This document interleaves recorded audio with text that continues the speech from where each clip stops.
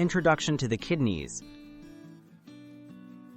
Your kidneys are two bean-shaped organs located in your lower back. They play a crucial role in maintaining the body's internal balance. By filtering your blood, they remove waste products and regulate levels of water, salts, and minerals, helping keep your blood clean and your body healthy. Blood enters the kidneys. Blood enters the kidneys through the renal arteries. Every minute, around 1/4 of your total blood supply travels through these arteries. The kidneys receive blood filled with waste products and extra substances, ready to be filtered and balanced by specialized structures inside. Filtration begins in the nephrons. Inside each kidney are about 1 million nephrons, tiny filters that start the process.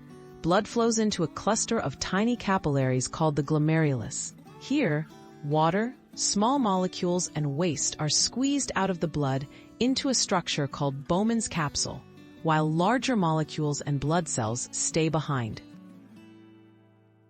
Selective reabsorption and secretion. After filtration, the fluid passes through a long, winding tubule.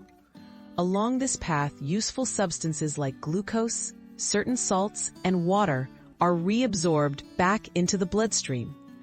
At the same time, additional waste products and excess ions may be secreted into the tubule for elimination. Waste removal and final balance. The processed fluid eventually becomes urine, carrying away unwanted waste and extra water. Urine collects in the kidney's central cavity before flowing to the bladder for storage. Meanwhile, the cleaned blood, now balanced in salts and free from toxins, returns to circulation throughout your body. Why kidney filtration matters. The kidney filtration is essential for life. By carefully removing wastes and balancing fluids and chemicals, the kidneys help maintain healthy blood composition, support normal blood pressure, and regulate vital minerals. This step-by-step purification process protects your overall health every single moment.